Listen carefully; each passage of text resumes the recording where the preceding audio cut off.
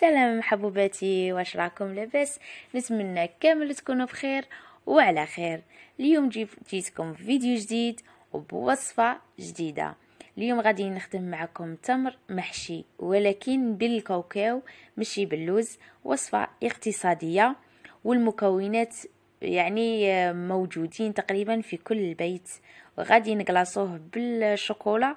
وهنا يعني التزيين يبقى اختياري. انا غادي ندير هذه الوصفه وان شاء الله البنات تعجبكم، وتبعوا معايا للفيديو للاخير وشوفوا المقادير وشوفوا واش غادي ندير فيه. هنا كيما راكم تشوفوا راني دايره شويه اتاي وحاطه تمر. ولادي والله ما قدروش يصبروا، زعما درته منا قالوا لي حطيه منا، يبغوه بالبزاف.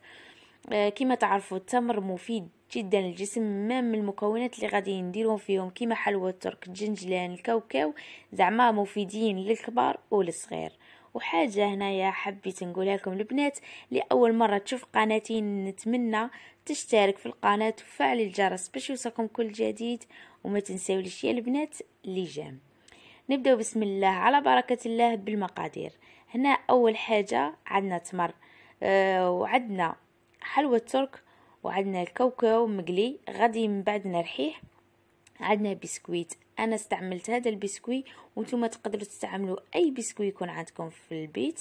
وعندنا جنجلان محمص، طبعا اللي ما عندهاش محمص عندها عادي تقدري تحمصيه في المقله نورمال. وهنايا البنات حاجه غادي نقولها لكم، الشوكولا هذه انا استعملت شوكولا مينا، هذه الحاجه اللي كانت متواجده عندي في البيت. نتمنى ما تستعملوهاش، زعما في الكلاصاج تجي شويه ثقيله.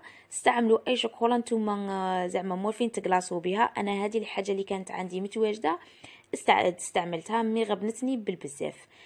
اول حاجه هنا غادي نبدا بها، غادي نرحي كامل البسكوي اللي عندي ونرحي الكاوكاو، ومن بعد نعاود نرجع لكم. كاين حاجه اخرى غادي نقولها لكم البنات.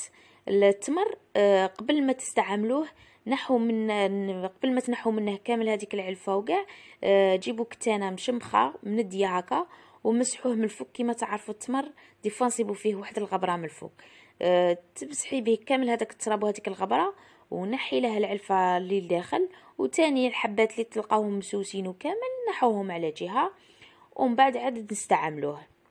هنا من بعد ما رحيت الكاوكاو ورحيت الكاطو، من الاحسن ترحوه بودره، غبره بودره، ما تخلوهش هكا حبيبات ولا ما غاديش يجيكم زعما شباب في النكهه تاعو كامل، ومام غادي يجيكم شويه يابس. وكما راكم تشوفوا انا بديت غير بشويه، درت زوج مغارف تاع حلوى الترك، وزوج مغارف تاع كاوكاو، ودرت زوج مغارف تاع البسكوي، ودرت تقريبا مغرف ونص كبيره تاع جنجلان. وغادي نلم هنايا بطوفي كراميل، سمحوا لي هنايا ما ذكرتهاش في المقادير نسيت. غادي تلموا بطوفي كراميل، ولا اللي عنده حليب محلى لمي بحليب المحلى. غادي تبداي تلمي تزيدي في الطوفي كراميل حتى اللي تلم لك عجينه طريه. لازم تكون طريه، ما تخليهاش يابسه ولا زعما كل مكون يكون هكا. كثر الجنجلان يبقى لك هكا زعما يتفتت. لميه مليح باه يبقى لك طري، ما من ديريه في الحبه تاع التمر يجي طري ما يجيش يابس. وبداية تعمري في الحبه تاع التمر. هنايا من الاحسن زعما زودي، زعما كيما نقولوا حنا كوني كريمه في الحبه تاع التمر، عمريها مليح باه تبان هكا حبه معمره وكامل. انا غادي نستعمل كيما قلت لكم درت غير زوج باسكو ما كانش عندي التمر بزاف، كانت عندي غير شويه، زعما درت المقادير على حساب التمر اللي كان عندي. وانتم زودوا المقادير ديروا غير بشويه، ما نقدرش نعطيكم العبر على حساب التمر اللي يكون عندكم. وهنا من بعد ما عمرت كامل الحبات تاع التمر، قلاصيت حبات بالشوكولا كيما راكم تشوفوا. قلت لكم هذيك الشوكولا مينا غبنتني ماشي شباب بزاف، ما تقلاصوش بها البنات. من الاحسن تقلاصوا باي نوع شوكولا اخرى يكون نوعيه زعما جيده.